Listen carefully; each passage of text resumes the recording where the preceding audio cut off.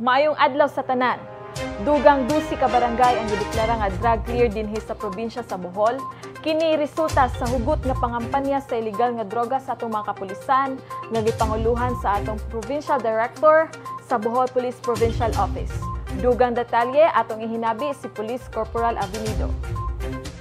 Dugang 12 ka barangay sa Bohol gideklarar nga luwas na sa droga.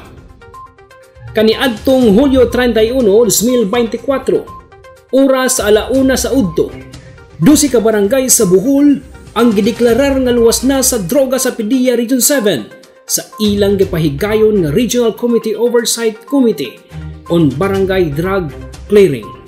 Kini nga aktibidades gitambungan kini sa hepe sa Police Community Affairs Development Unit nga si Police Lieutenant Colonel Norman Lobregas Luis. Ang mga barangay nga gideklarar mao kini ang musunod: Barangay Kagawitan, Malitbog, Santa Cruz sa lungsod sa Daguhoy, Barangay San Ramon ug San Roque sa lungsod sa Sagbayan, Barangay Bungbong sa lungsod sa Ubay, Barangay Bilisan, Gindagitan, Limukon Ilaya sa lungsod sa Dimyao ug Barangay Bulawan, Kawayanan ug Paraiso sa lungsod sa Mabini.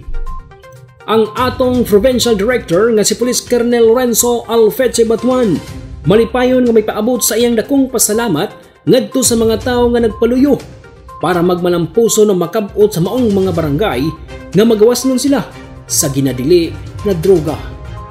Matud pa ni Police Lieutenant Colonel Norman Lobregas Luis, hepe sa Police Community Affairs Development Unit kon Pikado ug tigpamakba sa Bohol Police Provincial Office, dako kini nga kalampusan sa Bohol ug usa kini ka indikasyon nga walay imposible kung ang katilingban o kapulisan magtinabangay lang alang sa kalambuan sa tanan.